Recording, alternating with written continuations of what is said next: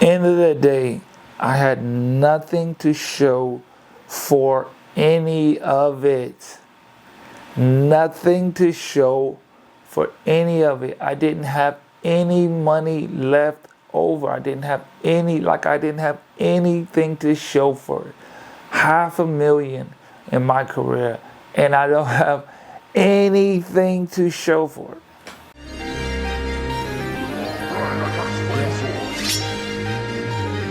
What are you thinking? Yeah. What are you thinking? Yeah. If you wanna know my thoughts, open your ears when I talk. Yeah. What are you thinking? Hey. What are you thinking? Hey. If you wanna know my thoughts, open your ears when I talk. Yeah. Welcome back to another edition of the Arnold's Thoughts Podcast. I am your host, Arnold Lewis, man. I'm just checking in with you guys from Houston, Texas right now. I'm in Houston right now with family, enjoying it up. If this is your first time to the podcast, to the show, I help athletes prepare mentally for a life of overseas basketball. So if you want to get your mind right and you want to get ready to play this game of overseas basketball and just learn how to be an elite, high elite, mentally thinking pro, this is the place to be for you. Before we get started, man, just hit a like, subscribe. We're just going to get straight into it. In this episode, I'm just always like to start off by just giving you the perspective of what it's like being a pro in this current state of my career. So as of now, as I just said, I got done playing in my 11th season. Recently just got done finished playing in Argentina. I was in Argentina, Santiago del Estero. And it was quite an experience for me because in this world or in this game, there's like, you always hear there's levels to this. Well, it's the same thing. There's levels to what you get seen as an athlete, as a player. If you're playing on certain levels or certain teams in certain leagues, you're going to get looked at as a player with a like lower or mid-tier, and you just get grouped into those type of jobs. Then there are just some guys who are playing on a higher tier, playing for the bigger teams and better countries, it's like you kind of see them going to some of the best teams majority of the time because they're just in that tier of players.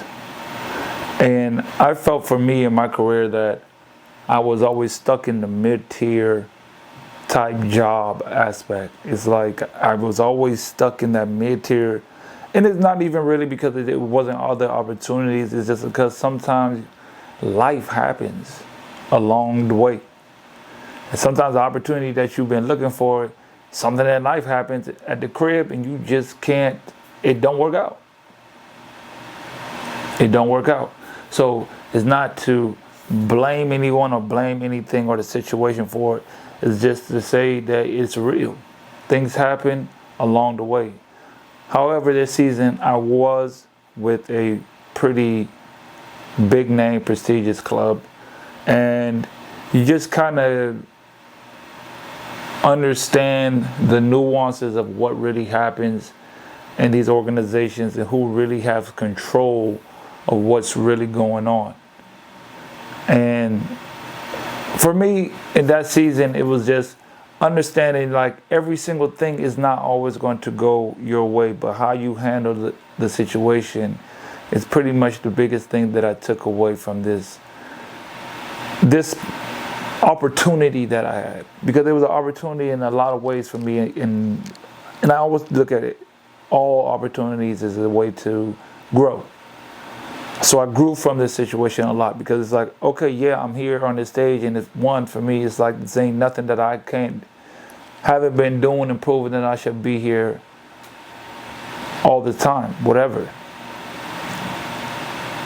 But even though you are quote unquote better than the other players or others, the situation that you're in, you're not always going to have that opportunity to show that because of whatever system that whatever that club or team wants to do. And I find myself in that situation a lot of times. guys don't really come and talk about, like, I was in a rough situation. You ain't really got no one to really vent to and talk about your frustration of being in a club that felt like they were trying to hold you back, or they felt like you wasn't getting the opportunity that was, you can't say owed to you, because they give you an opportunity to be here. Sometimes it's really about letting go of pride and just saying, you know what, my job is to do what they're paying me to do. If that's to play 5 minutes a game, then that's what they're paying me to do, and don't take it personal. That's the hardest part, because most of the time you're just so much of a competitor, and you want to get something, like you want to grind, and you just want to help your team win. And you know you can do that, but you nothing but having just limited time in order to do what you can. Because basketball is a game of rhythm. If you play for 2 minutes, come out, play 1 minute, come out, play 2, 3, you're not going to have a real rhythm. That's just not how the game is. It's a game of rhythm and flow. And that can be difficult. And I believe for me this season, I was going through a rough time, just trying to get myself mentally, like, understanding my position, because it was so difficult to be in a different position, especially not knowing I was going to be in that position ahead of time. If I knew I was going to be in that position ahead of time, I would have came with a different mindset. However, I had to find something deeper in the season to make me say, you know what, life has situations that's going to test you, to pull you, to make you want to fold. It's going to make you test your will and character, and it's really more so about who you are as a person and what you want out of the issue or the problem that's right in front of you. Really, the challenge that's right in front of you. Because I looked at it as, okay, this is a situation where I can either leave, or I can fight through it and figure out a way to overcome. It's really a decision that I choose to have. If I can choose to outthink and weigh my other decisions of saying, you know what, this is a tough situation, how can I use that to my advantage? Because if I can get through this situation, it's just fortifying my will. It's building something extra in me, because it starts to make you realize that there's something in you that can overcome anything, any situation. And once you find yourself taking on challenges that you know that's going to build your spirit, because those are just like character and spirit building situations, because you have an opportunity to walk away. And I'm not talking about in all situations you shouldn't walk away. I'm not talking about, there are some situations where you shouldn't walk away. And it's normally when it's a issue in yourself that you can overcome, or it's an issue that you is more mental than it is anything. It's all mental. It's all a mental issue. That, can I overcome this situation? Am I going to let this situation beat me? Because the only thing that's going to, at the end of the day, the only thing that's going to be hurt in this beat is your ego. It's going to be your ego. You know why? Your ego is going to be hurt because in actuality, you let something, someone, or some situation make you flee. Make you feel like you couldn't overcome. That hurts the ego. Not winning. Losing. Once we lose, we feel it's a negative response that we feel. It's a pain that we feel. In the brain, in the body, it's always trying to flee pain. We're always trying to leave and do whatever it is to make us not feel the pain anymore. That's the ego. I'm just going to leave because I don't want to be in this situation, and I'm not going to keep letting my ego get hurt because someone or something is not making me feel good. It's a It's a journey everyone must want to take to find these challenges in life and see them for what they are and realize it's bigger than just whatever game you might be playing, team you might be on, workplace. It's bigger than all that because it's a moment in time for you to change something inside of you that's ultimately going to only make you better in your forward task and whatever it is that you already are in. It was a moment that I was like, are you interested in playing overseas basketball one day? I wish someone would have told me 1 year after college I would receive my first pro gig.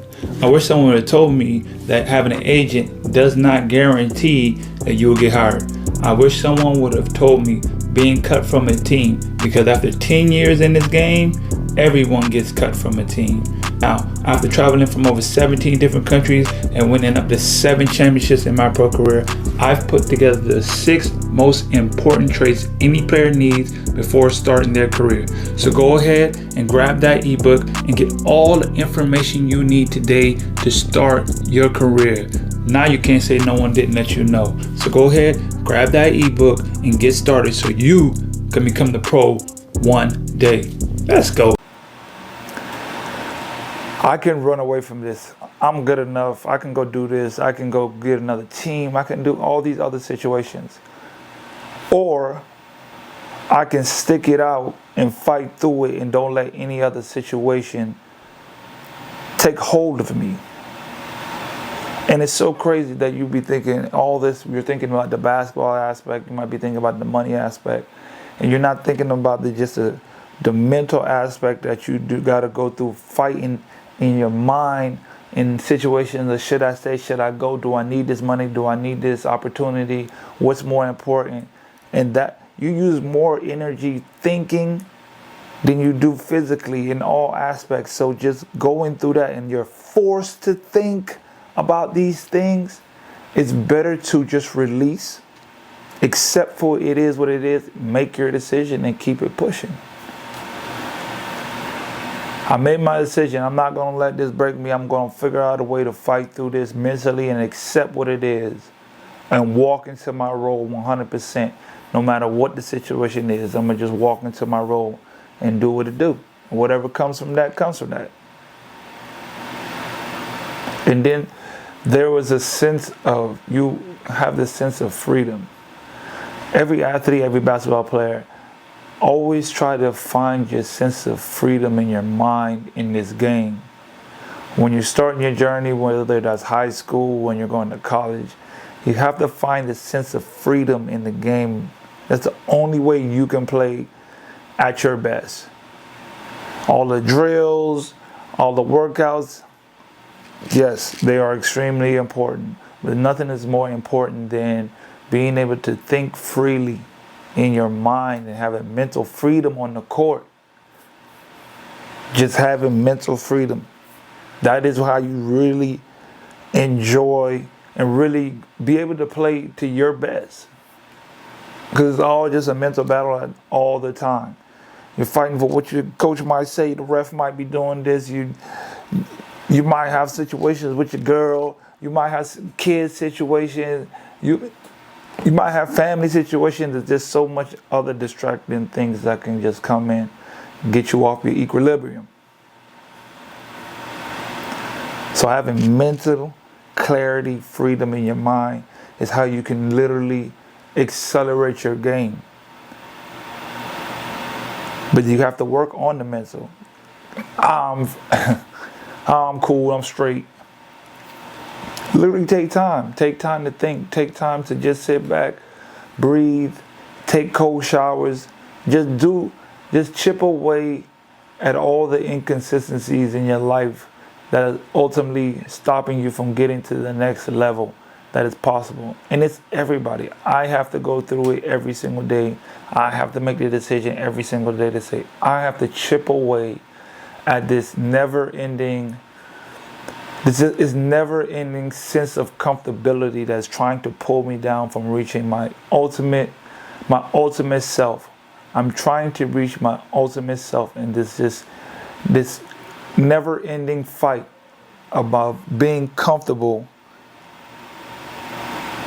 that is saying, you know what, you're good, you've done enough, you're on a good path. And it's like, yes, I'm at this position because of what I've done to get here. And if I want to get further, I have to continue going and do more. Not sit back and just, oh, I'm here, I made it, I've done it, because I'm finally starting to see something starts to happening. Oh, it's starting to move. That's when you go harder. Not sit back and say, oh, it's starting to work, let me chill, knock and chill. That's the time to hit the gas. That's the time to don't let comfortability sneak in and hold us back. So, man, I had like 3-4 topics to go in. I ain't even get to hardly any of them, because once I get on the roll and just start thinking about all the things that this comes with this life, comes with this game, I could just go on and on, because it's just, I just wished I had that one person who could just came and be like, hey, yo, just do this one thing. Hey, make sure you're taking 10%. Make sure you're taking time to understand your money. Everybody talk about, I hear somebody, I gotta get the bag. Find you someone who's gonna tell you what to do with the bag when you get it. Everybody gonna tell you where you can go to get the bag, but if you're not actively talking to someone who can tell you what to do with the bag when you get it, they're doing you a disservice. They're not really telling you. If they're telling you put it in a flip or something, someone should get, if you're really serious about your money and your finances, because at the end of the day, you're going out into other countries, sacrificing your body, you're going out taking all this new situations, dealing with new coaches, situations, teams, sometimes getting cut, moved, bouncing around, missing holidays and friends and stuff like that. At least what you're getting paid for, actually make it work for you, and don't let it just, you worked hard for it. You work hard to earn this money that you've accumulated. Find out what to do with it afterwards. I was doing, because I was looking at, I said I'm going to write a book. I actually made a video about how I manage my money. I made a video on how I manage my money and the system that I use. I believe it's on the page. It's somewhere, it's in definitely one of the playlists, the ultimate system of how to manage your money.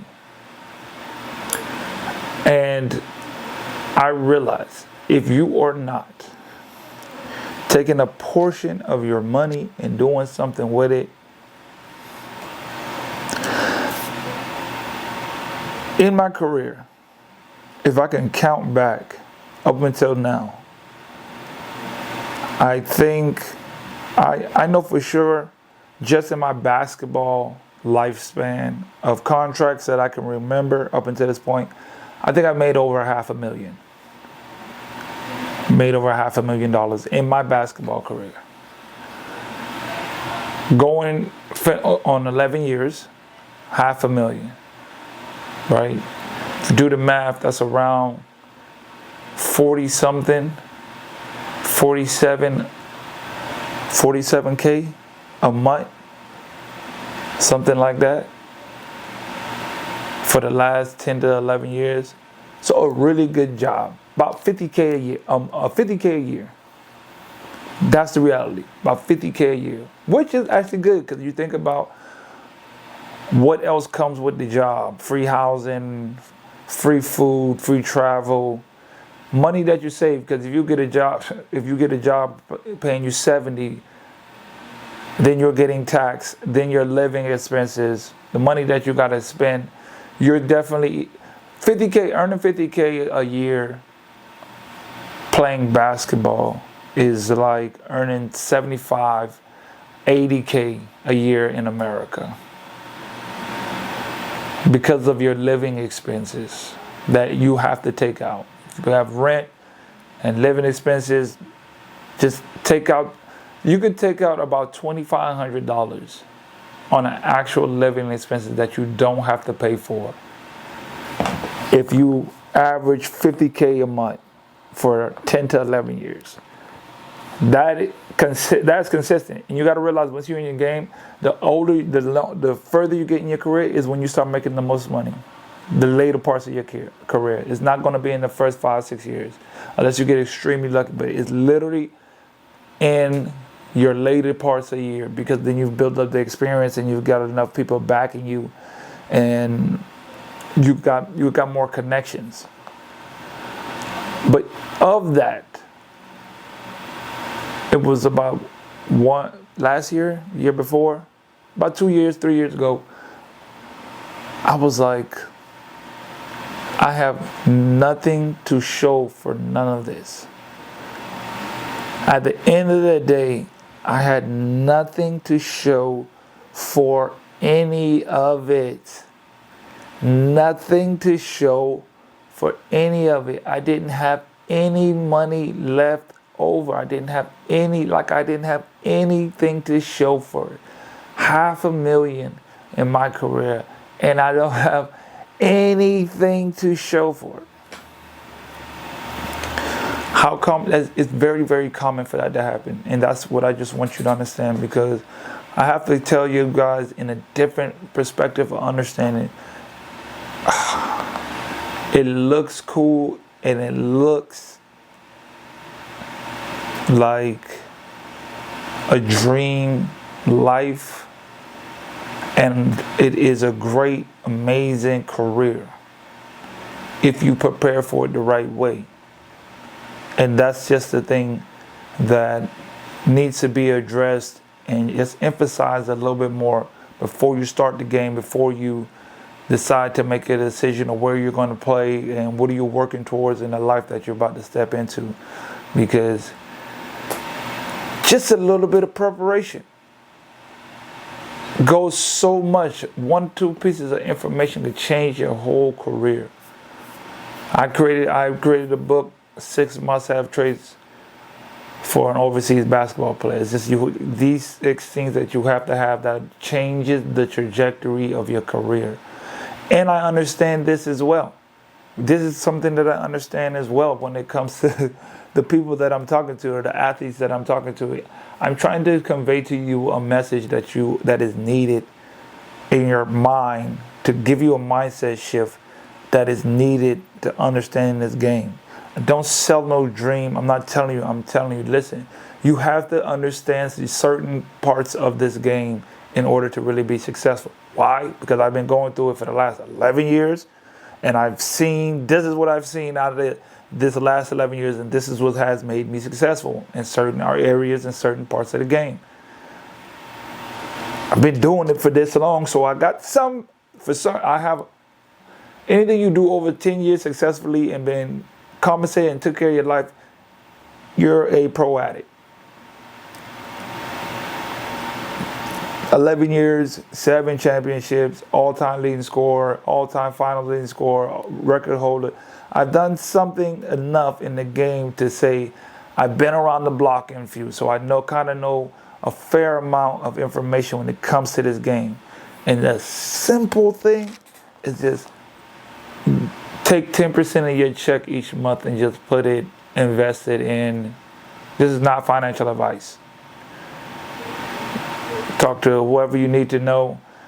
This is just something simple that I would do, but this is not financial advice at all. This is just something if I would have done if someone told me when I was first starting my career, hey, every check that you take 10% of that money and just put it in the S&P 500. You could buy one stock. And if you just put 10% of each check that you get in this and don't touch it till you retire, it will blow your mind how much money that you save or you've been able to grow and accumulate throughout your career. If I would have just done that one thing, one simple thing, the S&P 500, if I were to understand just managing and taking a portion of my money and putting it towards something that makes me money over 10 years, 11 years, just that simple one little act could have changed so much for me in my life in general. Like, if you working, it's like someone working at a regular job, a career path, whatever. And if you work for 30 years, what do they look for after? Pension. You're looking for a pension. You're looking for something to get out of it when you're done playing, or when you're done playing, when you're done working. When you're done working, they don't have that in the game. This is what I'm trying to tell you. They don't have that in the game. So you got to be in control of that. You have to be in control of, yo, this is my money. I'm going to do something with my money, and no one's going to actively take care of your money like you're going to do it. Just one single piece of information. Look, you can use any app from Robinhood. Robinhood is the most easiest, accessible application when it comes to investing. I invest in stocks, so that's the one vehicle that I've learned that's going to help me. Some guys I've heard they save their money and they go in on real estate. I do both. I'm doing both. But for me, it started with me, stock market. If you asking me, I go to the stock market to increase my money. That's just me personally, because that's the route that I chose, that I seen that gave me the best returns on my money. Someone said about 3 years ago, I found out, I was just doing research and found some guys that were talking about stocks and investing. I listened to an episode one day, and listened to another, and about 10, 15 episodes in, I said, you know what, I'm going to try it. Changed. When you start to see, and you can start to see a light at the end of the tunnel for what you've been working for. Some guys work so long in this game, and you try to save money, and you got so much other life situations going on, and you be like, I work and I'm doing this, but it's not really giving me nothing at the end, because you start realizing, like, dang, I done played this long, I only got this much money, I still got all these other situations I got to take care of, as far as home situations, apartments. If you got a house, you got a family. It's just a way to get something out of the game that you put in, because there ain't no 401k, it ain't no pension, it ain't none of that. It's what you can extract out of the game for all the time that you put in. It ain't what the game gonna get to you, is what you gonna get out of the game for as long as you can, and use it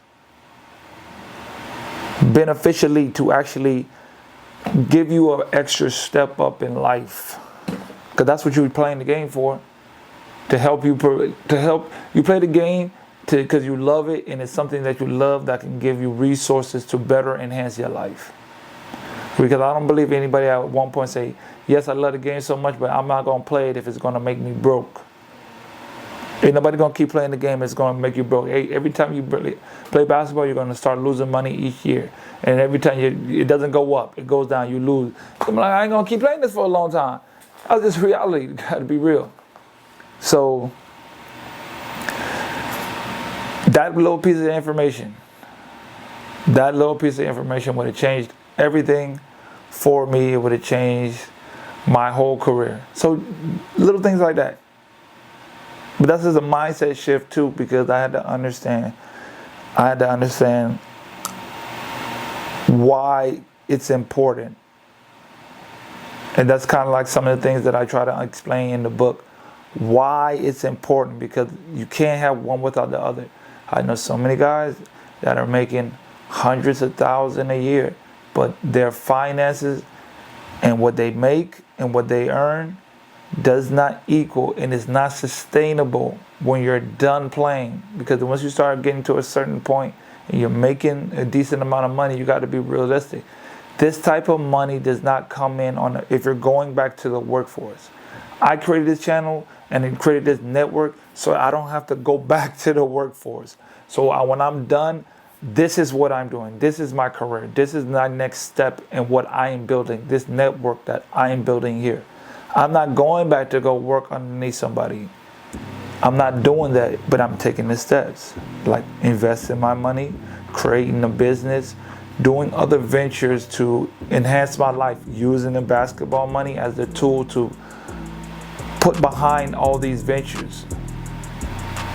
If you know what you want in the end, you can start working on it from the beginning.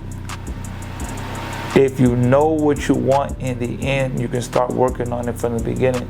So have a forward-looking vision for what you want out of the game before you start. This is what I should do. This is what I overall want. If I could just take a few minutes and just think and write out everything that I want out of this game before I start. This is what I want.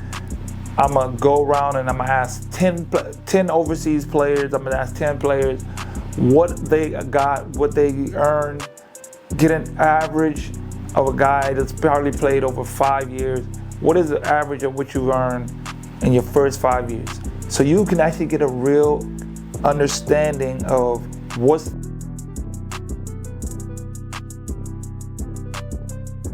Hey guys, thanks for tuning into the show. Please subscribe on our YouTube, Spotify, Apple, and wherever you listen to your podcast. I greatly appreciate it.